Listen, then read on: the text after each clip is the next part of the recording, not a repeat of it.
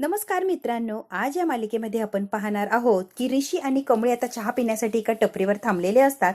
ऋषीवर कमळी चिडलेली असते आणि खूप रागराग करत असते. ऋषी तिची समजूत काढत असतो. कमळी म्हणते, नाही सर, तुमचं काहीच ऐकणार नाहीये. तुम्ही माझ्यासाठी स्वतःचं घरदार सोडलंय, आई वडिलांना सोडून माझ्यासोबत राहताय, हे योग्य नाही आणि हे मला पटलेलं नाहीये. ऋषी म्हणतो, माझं ऐकून घेतीस का तू? शांतपणे मी काय म्हणतोय जरा ऐक, मग तुला काय बोलायचंय ते बोल. बरोबर, आई बरोबर भांडायची काहीच गरज नव्हती. माझ्यावरून त्यांच्याशी भांडण करायची, रुसवा करायची, रागराग करायची काही गरज नाहीये. का केलंय ऋषी सर? जरा उत्तर मिळेल का? केलं म्हणजे काय? माझं प्रेम आहे तुझ्यावर आणि मी काहीही करू शकतो. प्रेम आहे म्हणून आई वडिलांना सोडून देणं हा पर्याय नाही ना. त्यामुळे तुमच्या मायलेकरात भांडणं होणार असेल तर मला हे चालणार नाहीये. तो कमळी जरा ऐकतीस का मी काय म्हणतोय? पहिला मी चांगला ओळखतो, ती नाही तर तिचा राग बोलतोय. काही दिवसांनी सगळं काही शांत होणार आणि ऑटोमॅटिकली ती मला स्वीकारणार. गैरसमज करून घेतलाय आणि त्याच्यामुळे ती अशी वागतीये. समज जोपर्यंत दूर होत नाही तोपर्यंत ती अशीच वागत राहणार आहे. रिलॅक्स, सगळं व्यवस्थित होईल बघ. व्हेरी शुअर, ज्या दिवशी तिला सत्य परिस्थिती कळेल ऑटोमॅटिकली सगळा राग तिचा शांत होणार, पश्चाताप होणार, यात काही शंकाच नाहीये. कमळी म्हणते, जे काय असेल ते असेल, पण मला पटलेलं नाहीये. माझ्यावरून तुम्ही मॅडम बरोबर भांडला आणि ते घर सोडलंय. त्यामुळे तुमचं घर तुटतंय या विचाराने माझं मन मला खायला लागलंय, चैन पडत नाहीये. त्यामुळे तुमच्या घरात जर फूट पडणार असेल तर काय अर्थ आहे सांगा बरं या प्रेमाला? त्या लोकांना किती त्रास होत असेल आणि तुम्ही चुकीचं वागताय ऋषी सर. खरंच मला हे आवडत नाहीये आणि तुमच्याकडनं ही अपेक्षा खरंच नव्हती. अजिबात आवडलेलं नसतं की ऋषी कमळीसाठी घरदार सोडून आलाय. चिडचिड करत असते, रागराग व्यक्त करत असते. का तुमचं घर तुम्ही माझ्यामुळे तोडताय? एवढी मी कोण लागून गेली? अजिबात मला आवडत नाही आणि माझं मन मला खाणार आहे. आता तुम्ही ऐका किंवा नका ऐकू, पण मला हे पटलेलं नाहीये. ऋषी म्हणतो, कमळी जरा माझं ऐकतीस का? सगळं स्वतःच सांगते, जरा माझं पण ऐक की. जागी जर तू असतीस तर काय केलं असतं ग? माझ्यासाठी तुझं घरदार सोडलं असतंस की नाही, की आई जवळच बसली असती? जे काय असेल ते असेल म्हणून काय आई बरोबर भांडायचं, तिला दुखवायचं? हा कोणता न्याय? दुखावलेला नाहीये, तिनेच गैरसमज केलाय. माझी बाजू समजवण्याचा लाख प्रयत्न केला, पण तिला ती समजून घ्यायची नाहीये. त्याच्यामुळे तिला ती समजतच नाहीये. ती प्रयत्नच करत नाहीये, त्यामुळे तिला कधीच ती समजणार नाहीये. सुद्धा तुझं घर सोडून आली होती ना ग शिक्षणासाठी कमळी? तुझ्या घरच्यांचं मन नव्हतंच दुखवायचं, तरी पण आलीच होती ना. सगळ्यांचा राग रोष पत्कारून आलीच होती की नाही? काही नाही दुखवायचंय, मलाही कुणाला भांडण करायचं नाहीये. पण काय ना, तो प्रसंग आठवलेला असतो. कबड्डीचा जो फॉर्म असतो तो फॉर्म त्याने कचरा साफ केलेला असतो आणि सरूने नाही नाही म्हणता म्हणता कमळीने कबड्डीमध्ये भाग घेतलेला असतो आणि कबड्डीत भाग घेऊन ती डायरेक्ट मुंबईला शिक्षणासाठी आलेली असते. कमळीच्या घरात सुद्धा त्यावेळेला अशीच वादविवाद होते. तेव्हा आबा समजूत काढायचे, सरोज रुसायची, मग काय ते भांडणं व्हायचे आणि मग सगळ्याचा त्रास कमळीला व्हायचा. तो सगळा प्रसंग कमळीला आता ऋषी बरोबर बोलता बोलता एकदम आठवलेला असतो. गावच्या शेतात रोजाने गेली तरी पण मला चालेल, पण तू मुंबईला गेलेली मला चालणार नाही. सरोजने तेव्हाच रोखठोक कमळीला सांगितलं होतं. तिचं मुंबईचं नाव काढलं तर टंगडतोड हातात दिन आत्ताच सांगते. त्या फॉर्मचा बोळा करून चुलीत घातलेला असतो. सगळा प्रसंग कमळीला आठवत असतो आणि कमळीच्या डोळ्यात आता पाणी आलेलं असते. जरा इमोशनल झालेली असते. काही आपल्या घरच्यांचं मन दुखवायचं नसतं, तसा विचार सुद्धा नसतो ग, पण परिस्थिती अशी येते की आपल्याला तसं वागायला लागतं किंवा ऑटोमॅटिकली तसं होऊन जातं. एक बाजू असते आणि समोरची व्यक्ती जेव्हा ती बाजू समजून घेत नाही तेव्हा मग असं काहीतरी होतं. ती माझ्यावर प्रेम करते तेवढंच मी तिच्यावर प्रेम करतो, त्यापेक्षा जास्ती करत असेल मी. तुला माझी गरज आहे तेव्हा मला तुझ्याकडे येण्याचं स्वातंत्र्य नको का मिळायला? त्यांनी का अडकाठी करायची किंवा मुद्दामच जाऊ नको असं म्हणायचं ना? काय म्हणायचंय ना ते म्हणू दे. आपल्या नात्याबद्दल मला काही देणं घेणं नाही. महत्वाचं माझ्या घरी काय सिच्युएशन आहे हे महत्वाचं नाहीच कमळी. आग वगैरे काहीच मॅटर करत नाही. नंतर सगळं नॉर्मल आणि सॉल्ट आउट होणार आहे. आता आपल्या पुढे जो प्रश्न आहे तो आपण व्यवस्थित करण्याचा प्रयत्न करू आणि ते प्रश्नाचं उत्तर मिळवू. कळतंय का कमळी? सत्य तुला शोधायचे आणि ते महत्वाचे, ते काम आधी करूया. आणि आबांचं स्वप्न पूर्ण करणं सगळ्यात महत्वाचं ध्येय आणि ते आपल्याला आधी करायचंय. मिशन कंप्लीट करणं पण महत्वाचं आहे कमळी. कळतंय का? असेल ते असेल तरी सुद्धा आईला जाऊन माफी वगैरे मागायची आणि तुमच्या घरी तुम्ही राहायचं. मला असंच वाटतं शकतो आणि यावर आपण नक्कीच बोलूया. आता रडत असते, ऋषीला समजावत असते. ऋषीच्या सुद्धा डोळ्यात पाणी आलेले असते. तो सुद्धा कमळीला समजावून सांगतो, ही सुद्धा वेळ निघून जाईल, तू जरा शांत बसतीस का कमळी? होईल सगळं मॅनेज. काय गरजेचं आहे कॉलेजमध्ये जाणं, ऍडमिशन फॉर्म घेऊन नेक्स्ट इयरला ऍडमिशन वगैरे घेणं. कळतंय का तुला? नाही तर हे वर्ष व्हायला जाईल ना ऍडमिशन जर क्लोज झाले तर. मला आता गरजेचं काय वाटतं माहिती का ऋषी सर? माझ्या आईचा खुनी कोण आहे ना ते शोधणं जास्त गरजेचं वाटतं. आणि निंगी आता आलेले असतात मुंबईत.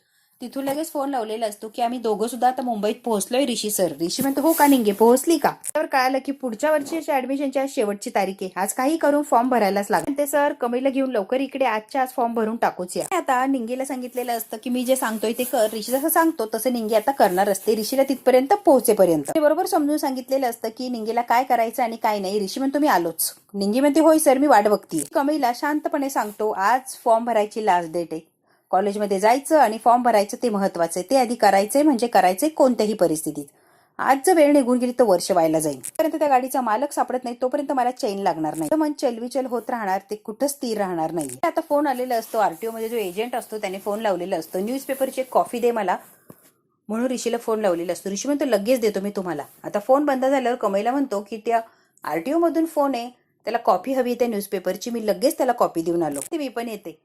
ऋषी म्हणतो ऐक, कॉलेजमध्ये जा आणि फॉर्म भर, पुढचं पुढे बघूच या.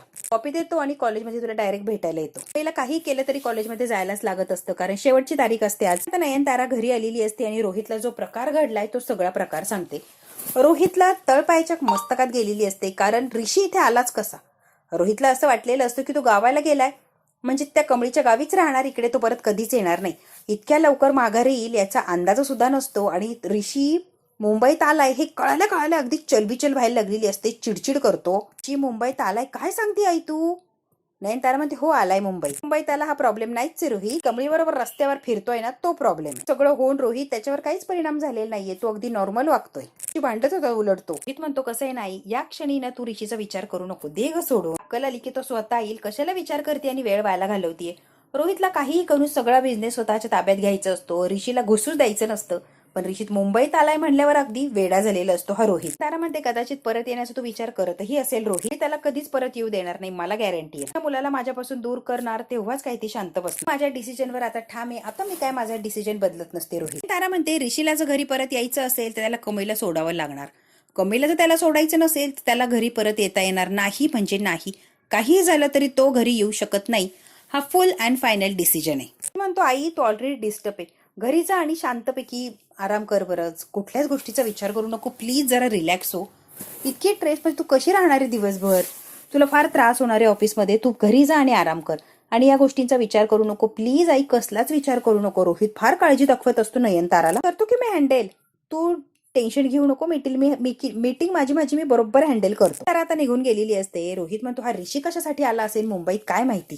आलाय म्हणजे कोणत्याही क्षणी तो घरी येणार यात काही शंकाच नाही. तो काही झालं तरी ऋषी परत घरी आलाच नाही पाहिजे. कमळी विचार करत असते, शोध मोहीम करता शिक्षणाकडे सुद्धा लक्ष द्यायचे, शिक्षण दुर्लक्ष करून जमणार नाही. जो शब्द असतो तो तिला आठवलेला असतो, आबांना दिलेलं वचन आठवलेलं असतं की आबांनी शब्द सोडवून घेतलेलं असतो, काही झालं तरी शिकणार, खूप शिकणार आणि गावातल्या लोकांसाठी काहीतरी करणार, हे माझं स्वप्न आहे, तू गावातल्या लोकांची मदत करणार. कमळी मला वचन दे, खूप शिकून येणार आणि गावाचं आणि माझं नाव मोठं करणार. काही झालं तरी तू खूप शिकायचं मन लावून आणि ज्या मुलींच्या बाकीच्या मुलींची इच्छा आहे शिक्षणाबद्दल त्यांच्यासाठी कॉलेजेस, छोट्या छोट्या शाळा वगैरे काढायचं. आता आबांनी जो शब्द दिलाय तो कमळीला आठवत असतो आणि कमळीच्या डोळ्यात आता पाणी आलेलं असतं. म्हणतात काही झालं तरी मुंबईला जाणार आणि शिक्षण पूर्ण करणार हा शब्द माझा आणि तू पूर्ण करूनच शिक्षण माघारी येणार हा शब्द तुझा. कळतंय का कमळी? तेव्हा कमळीने आबाला म्हटलेलं असतं की होय आबा, शिक्षण पूर्ण झाल्याशिवाय मी काय गावात फिरकत नसतो. आता कमळीला हे सगळं आठवलेलं असतं. कमळी मनातल्या मनात म्हणते आबा आणि आबाला न्याय मिळवून देणं हे महत्वाचं आहे, माहितीये मला, स्वप्न पूर्ण करणं ही जबाबदारी आणि कर्तव्य आहे माझं. आता स्वतःची समजूत काढलेली असते आणि शिक्षण सुद्धा पूर्ण करायचं याच्याकडे ती आता भर देते. मध्ये इकडे आता निंगी आलेली असते फॉर्म सबमिट करण्यासाठी आणि अनिका समोरच बसलेली असते. मैत्रीण म्हणते अनिका अगं समोर बघ कोण निंगी आहे. आली म्हटल्यावर कमळी आलीच असेल. अनिका आता घाबरलेली असते. म्हटल्यावर ती ऍडमिशन करायला चाललीये. आता अनिका जाणार आणि तिचा फॉर्म फाडणार यात काही शंकाच नाही. आता लगेच आलेली असते तोंड घेऊन, निंगू पिंगू कच्च्या लिंबू काय ग कुठे चाललीयस? चाललीस ग आणि हातात काय तुझ्या दाखव. निंगीच्या अंगावर डायरेक्ट आलेली असते अनिका काय दाखव. निंगी म्हणते अनिके लांब राहायचा, लाडात यायचं नाही. तुझा ऍडमिशन फॉर्म आहे, लांब राहायचं. आमचा म्हणजे ग आणि तुझा.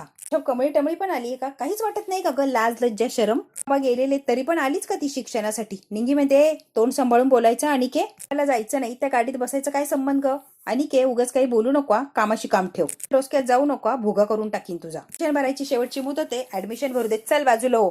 सांगते निंगे ऐकून घे, मोहिते हे नाव कॉलेजमधून संपवायचं, ते नाव कधीच वर येणार नाही. आणि ठरवणारी तू कोण गा अनिके? ऍडमिशन पण करणार आणि ती कॉलेजला पण येणार. आणि आता निंगीचा हात पकडलेला असतो आणि तिला म्हणते काय चाललंय ग? का निंगे कॉलेजची मालकी नाही, हे कॉलेज माझं आहे, माझं ठरवणार कुणाला ऍडमिशन मिळायचं आणि कुणाला ऍडमिशन नाही मिळायचं. म्हणते वेडी झालीस की काय? काहीच करणार नाही आत्ताच सांगते. त्याने हिसकावून घेतलेला असतो निंगीच्या हातातून फॉर्म आणि सगळ्यांना दाखवते फॉर्म बघा.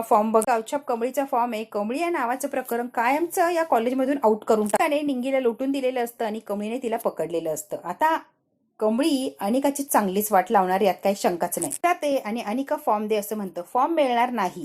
सटकन अशी अनिकाच्या कानाखाली दिलेली असते आणि फॉर्म हिसकावून घेते. फॉर्म फाडायचा अधिकार कोणी दिलं ग तुला? मला मारण्याची हिंमत कशी झाली आहे? गावछाप. परत का आलीयस ग? आली ग? तुला काय वाटलं मी हरले, संकट आलं म्हणून माघारी हटले? मी अशी माघारी हटणाऱ्यातली नाही या. संकटाला समोरून सामना करणारी आणि त्याच्याशी 2 हात करणारी.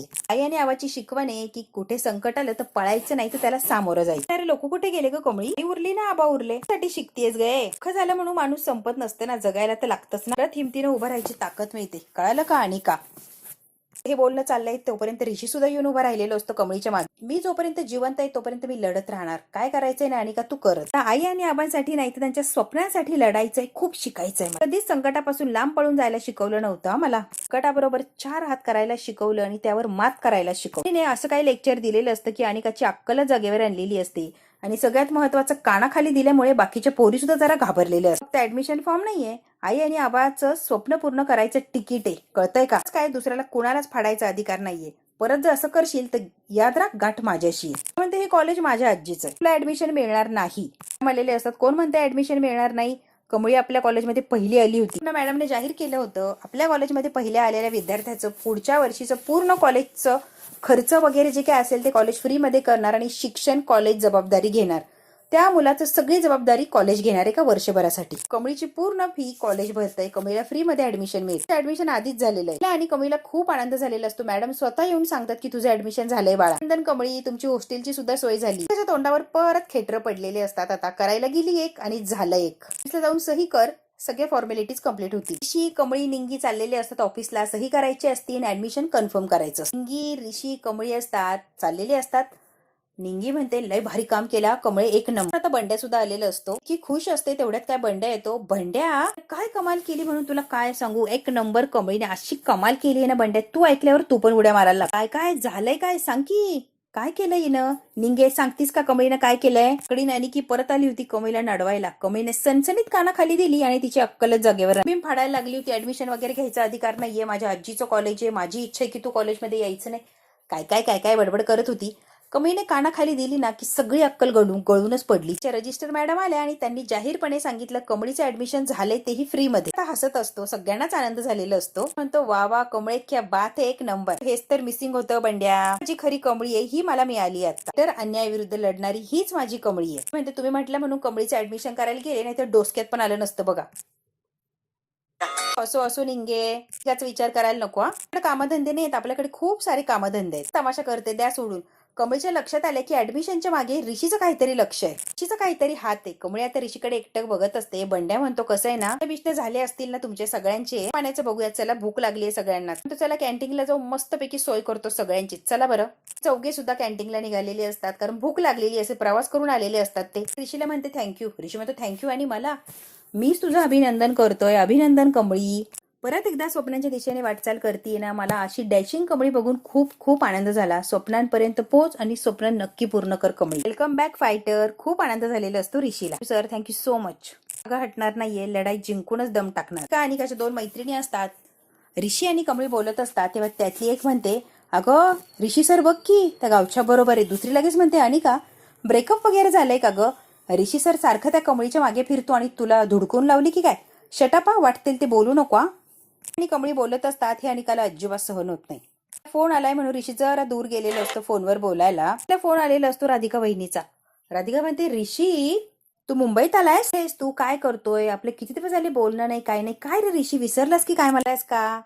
मी तू बरी आहेस का? म्हणते हो मी पण बरी आहे, मी मुंबईत आलोय. हो कळालंय की मला, म्हणून तर फोन लावलाय. वाटलं होतं ना गावालाच राहतो की काय कायमचा, पण बरं झालं बाबा आला तू. कशी आहे रे ऋषी? तू बरा आहेस का? कमळी बरी आहे का? राधिका खूप प्रेमाने चौकशी करत असते. का रे ती आता बरी आहे का रे? ती हळूहळू सावरतीये. आली माझ्या बरोबर मुंबईला. काय? अरे वा, खूप आनंदाची बातमी सांगितलीये. मी सुद्धा कमळीला लवकरात लवकर भेटण्याचा प्रयत्न करणार. काळजी घ्या. बरं झालं तिला पण आणलंय, बरं झालं बाबा. राधिका म्हणते ऋषी तू ये ना घरी, राग सोड ना प्लीज प्लीज. ऋषी घरी ये रे. किती दिवस हे राग धरून बसायचा? आपल्या माणसांपासून कोणी राग धरतं का? तू ये बरं घरी. राहून निभाव लागणार आहे का तुझा? घरी ये बरं गुपचूप. त्यामुळे या नाईमध्ये तू काय गैरसमज एकदाच मिटव आणि घरी ये राहायला. ही मला बरं वाटत नाहीये तू असं मुंबईत असून सुद्धा बाहेर राहणं. खूप प्रेमाने समजून सांगत असते. ऋषीची खूप काळजी करत असते ही राधिका. म्हणतो मी बघतो कसं बोलायचं, काय बोलायचं. मी आता काही बोलत नाहीये पण मी नक्कीच प्रयत्न करीन घरी येण्यास. तर काय घरी येणार नाहीये, वेगळ्याच कारणासाठी फोन केलाय. ऋषी म्हणतो कुठल्या कारणासाठी सांग की ग? अरे हो फार महत्वाचं काम आहे म्हणून तो तुला फोन लावलाय. ऋषी म्हणतो वहिनी सांग ना ग काय काम आहे आता. एका सत्कार समारंभाचं इन्व्हिटेशन आलंय ना, त्यासाठी तुला फोन लावलाय मी.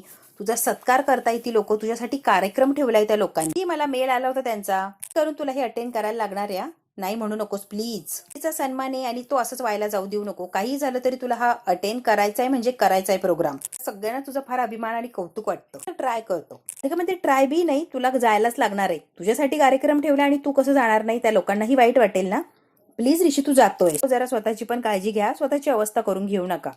राधिका खूप समजदार असते आणि ऋषीला खूप जीव लावत असते. अगदी धाकटा भाऊ असल्यासारखं त्याचं प्रेम करत असते, समजून घेत असते. चुकला तर त्याचा कान सुद्धा पकडत असते. पण आता तो खरंच वेगळ्याच मनस्थितीमध्ये त्याला मदत सुद्धा करत असते आणि सगळ्या याच्यातून बाहेर येण्यासाठी प्रयत्न सुद्धा करत असते. वेळोवेळी फोन लावून राधिका सगळी काही माहिती मिळवत असते ऋषीकडून, कसं आहे काय.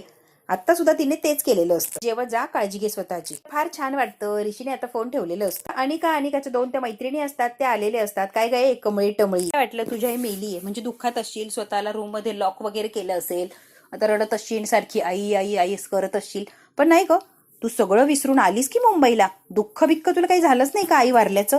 आणि का मुद्दाम तिला टॉर्चर करत असते आणि सारखं सारखं तेच सांगत असते की तुझी आई वारली, तुला दुःख नाही झालं का. येऊन तर काय वेगळं दिसतंय, सॅड तर अजिबात नाहीये, दुःख फिक्क काही नाही का तुला. करतीये, ऐश करतीये, वा एन्जॉय चाललाय, बट टाइम घालवतीये, चांगली गोष्ट आहे ना. वा वा वा, बरोबर वेळ घालवायला मिळतो. मग आईचं दुःख काय आणि आबांचं दुःख काय, तुला काय वाटणार आहे. रिश मिळाला ना, सगळी दुनिया मिळाली. तो कमळी म्हणते आणि का तोंडाला येते बोलू नको, जरा आवर घाल स्वतः बद्दल. एक शब्द सुद्धा वाईट ऐकून घेणार नाही. मग मी कोण आहे आणि काय विसरून जाईन.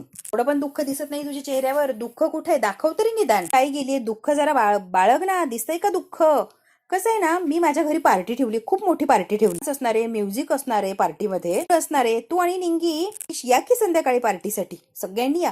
ऋष आता समोरून आलेलाच असतो तेवढ्या, आणि ऋषी पार्टीच्याच मूड मध्ये असताना आजकाल तुमचा मूड कुठे वेगळा असतो, तेवढा तर मूड असतो फक्त एन्जॉयमेंटचा. हो ना कमळी, तुझ्या पॉइंट ऑफ व्ह्यू ने तुझी आई गेली हे बरंच झालं. तुझ्यावर बंधन वगैरे नाही ना आता, कडनं सिंपती मिळते ना तुला. वाव, चांगलं झालं तुझी आई गेली. का तोंडाला येते बोलू नको, सांभाळून बोल. का खरं बोलती म्हणून टोचतंय का, खरं बोलल्यावर लागतंच अगं. पण तू जरा शांत बसा आणि का वाटेल ते बोलू नकोस, लिमिट मध्ये राहा, लिमिट क्रॉस करू नकोस. लास्ट वॉर्निंग आहे, कमळीपासून लांब राहायचं, नाही तर मी काय करेल ना कल्पना सुद्धा करू शकत नाहीये. तर ऋष तर बोललेलं, कमळी तर बोलतच असते, ऋषीने सुद्धा चांगलीच झापलेली असते. परत जर कमळीच्या नादाला लागशील तर मायची गाठे लक्षात ठेव का.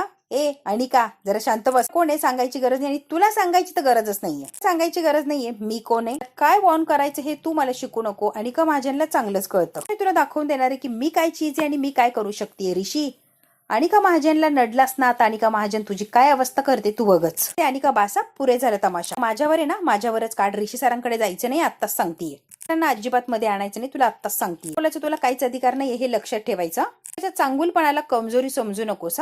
वाव, कमीला बोललं की ऋषला लागतं, ऋषला बोललं की कमीला लागतं. Wow, nice connection. रिलेशनशिप चांगलंच पुढे गेलंय म्हणून तर एवढं लागालागी होतीये, हो की नाही. याला बोललं की त्याला, त्याला बोललं की त्याला. तो अनिका enough, enough, it lost. No बोलणार नाही, करून दाखवणार. चालली, तुला काय करायचं ते कर, मला नाही फरक पडत. आता कमळीचा हात पकडतो आणि कमळी चल असं म्हणून कमळीला घेऊन जातो. अजूनच जलस फील होते. ऋषीने हक्काने हात पकडलेला असतो कमळीच्या एवढ्या कॉलेजच्या मुलामुलींसमोर, आणि कमळी चाललेले असतात. अनिकाला फार त्रास झालेला असतो. बघू आता, अनिका जलस फील तर झालेलीच आहे. या जलसीच्या याच्याने ती काय ऋषीला आणि कमळीला इजा पोहोचवणार किंवा त्यांचा जीव घेण्याचा प्रयत्न करणार का, हे जर बघायचं असेल तर बघायला लागणार आहे आपल्याला पुढचा भाग. हा भाग इथेच संपतो. व्हिडिओला लाईक, शेअर, सबस्क्राईब नक्की करा. धन्यवाद मित्रांनो.